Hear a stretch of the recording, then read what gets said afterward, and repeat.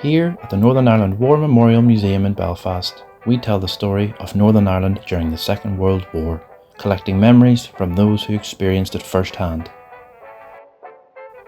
The 8th of May 1945 was known as VE Day, or Victory in Europe Day, which marked the end of the Second World War in Europe. In this video, you'll hear 5 stories that share how VE Day was celebrated in Northern Ireland. These stories are performed by actors but are based on real people and their memories. Across Northern Ireland, street parties were held to mark the victory. Houses were decorated with bunting and flags, tables and chairs were taken out into the street, and all the neighbours saved up rations to make cakes, sandwiches and lemonade. Well, one celebration I remember during the war, I think I was 7 when it all ended. I was in bed sick, lying up in the front bedroom of our house. Some of the ladies in the street decided that they would have a street party for VE Day, Mrs. Carlyle and her sister Isabel. All the people brought out chairs. It still happens in some areas even to this day. You know, if there's a coronation, a big celebration or something like that. Anyway, everyone brought out chairs and whatever tables they had and made a grand dining area in the street. And I suppose all the ladies had baked and all that. I was lying in bed looking out, sad, because I was missing out. I could see all the girls and the boys in the street having a ball. And food, like things you had never seen before. Cakes, big cakes. I remember looking out and Isabel catching my eye. She looked up and caught my eye.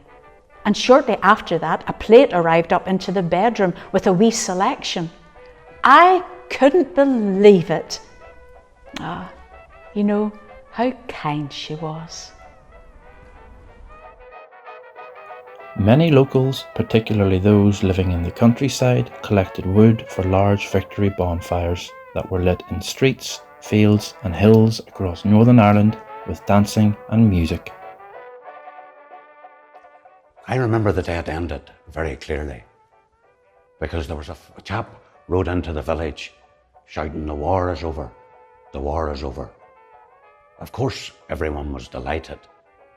Well, I suppose we knew it was coming to an end because we had been busy building the big bonfire, you know, in the village for the celebration.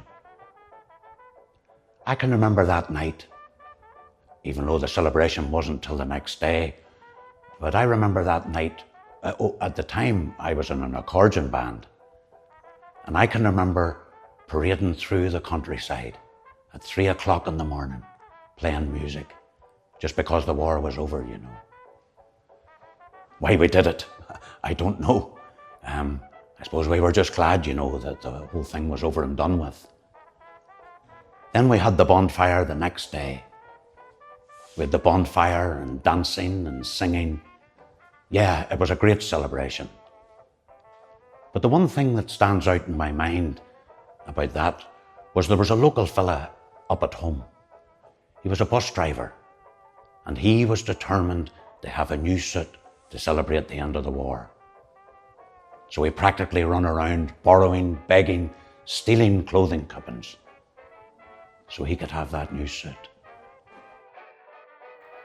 Some chose to celebrate VE Day by holding fancy dress parades and parties for children to raise money for charity. I was up in Derry at that stage, and Brook Park was the venue for celebration. And the children were all invited to dress up for fancy dress.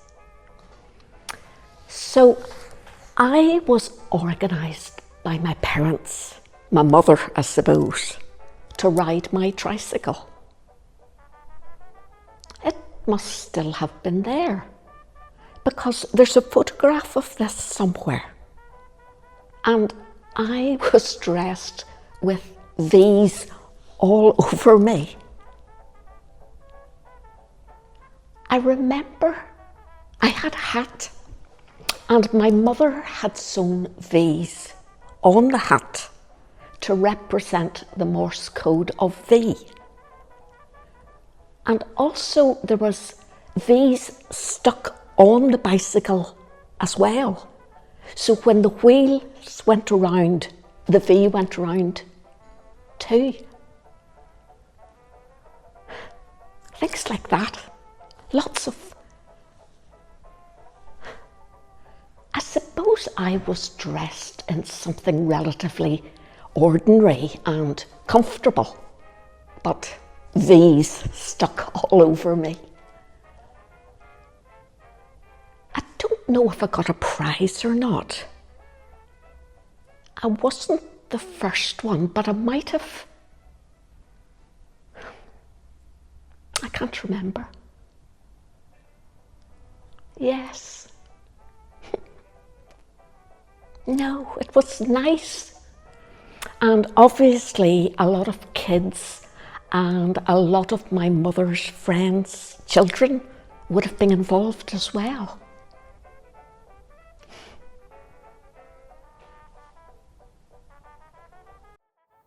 With the end of the war, blackout restrictions could finally be lifted. Streetlights were relit and many parties were held to mark the occasion. There were no lights, no street lights, but we could see the stars. And Mummy kept saying to me during the war, you know, it'll be great when the lights come on again. At the end of the war, everybody was singing When the Lights Come On Again all over the world. And there was a party for the lights coming on. At the end of the war, the street lights. And I remember being taken up to see the lights. And I remember us dancing around one of them, the kids. But when they came on again, I was disappointed because I couldn't see the stars anymore. Many local people who served overseas made the long journey back home to Northern Ireland. Some were injured, but they were all glad to be home and reunited with their families. Cecil was in Japan for the war, but came home in time for VJ Day, or Victory over Japan, on the 15th of August 1945. Then, after 4 years, the summer of 1945, I got home and leave and headed off. It was a long journey home. I didn't tell anyone I was coming, so I basically just walked in through the door of the house after 4 years of being away. My youngest May, who was only wee when I left, she didn't know who I was when I came home. My wife was still working, and she ran up the street to meet her mummy, coming out of work, and said, "Mummy, Mummy, Mummy, there's a man in our house from India." You should have seen my wife's face when she came in the door with me in tow. She was so shocked and overjoyed. The war in Japan was still on that summer, although VE Day had happened, so the war in Europe was over. I was actually at home then whenever VJ Day happened on the 15th of August, 1945. People here felt like the war was over, and VJ Day didn't mean anything as much to them as VE Day. But I was adamant it would be celebrated. I gathered the wood and we had a huge bonfire, and all the neighbours came out to dance in the street, including my parents, who, well, they weren't strict, but they were kind of proper. They wouldn't have been the sort to go dancing in the street.